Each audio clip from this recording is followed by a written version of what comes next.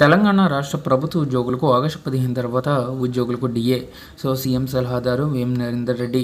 రైతు రుణమాఫీ పూర్తయిన వెంటనే ఆగస్టు 15 తర్వాత ఉపాధ్యాయ ఉద్యోగ వర్గాలకు బకాయి ఉన్న డిఏను ప్రకటిస్తామని ముఖ్యమంత్రి సలహాదారు నరేందర్ రెడ్డి తెలిపారు. బకాయిగా ఉన్న డిఏల్లో ఒకటా, రెండా, ఎన్ని ఇవ్వాలనేది ముఖ్యమంత్రి అయితే నిర్ణయిస్తారని తెలిపారు. యూఎస్పీ, జాక్టో, టీటీజేఏసీ తదితర ఉపాధ్యాయ సంఘాల ప్రతినిధులతో శుక్రవారం నాడు నరేందర్ రెడ్డి చర్చలు జరిపారు. ఈ సందర్భంగా బదిలీలు, పదోన్నతిలో ఏర్పడిన సమస్యలపై అప్పీల్ను సత్వరమే పరిష్కరించాలని ఉపాధ్యాయ సంఘాల ప్రతినిధులు కోరారు. అందుకు సీఎం సలహాదారు సానుకూలంగా స్పందించారు. దీనిపై అధికారులను ఆదేశిస్తామని చెప్పారు. అన్ని సంఘాలు చర్చించి ప్రాధాన్యత క్రమంలో సమస్యల జాబితాని ఉమ్మడిగా రూపొందించి ఇవ్వాలని ఈ సందర్భంగా సంఘాల ప్రతినిధులకు వేం నరేందర్ రెడ్డి సూచించారు.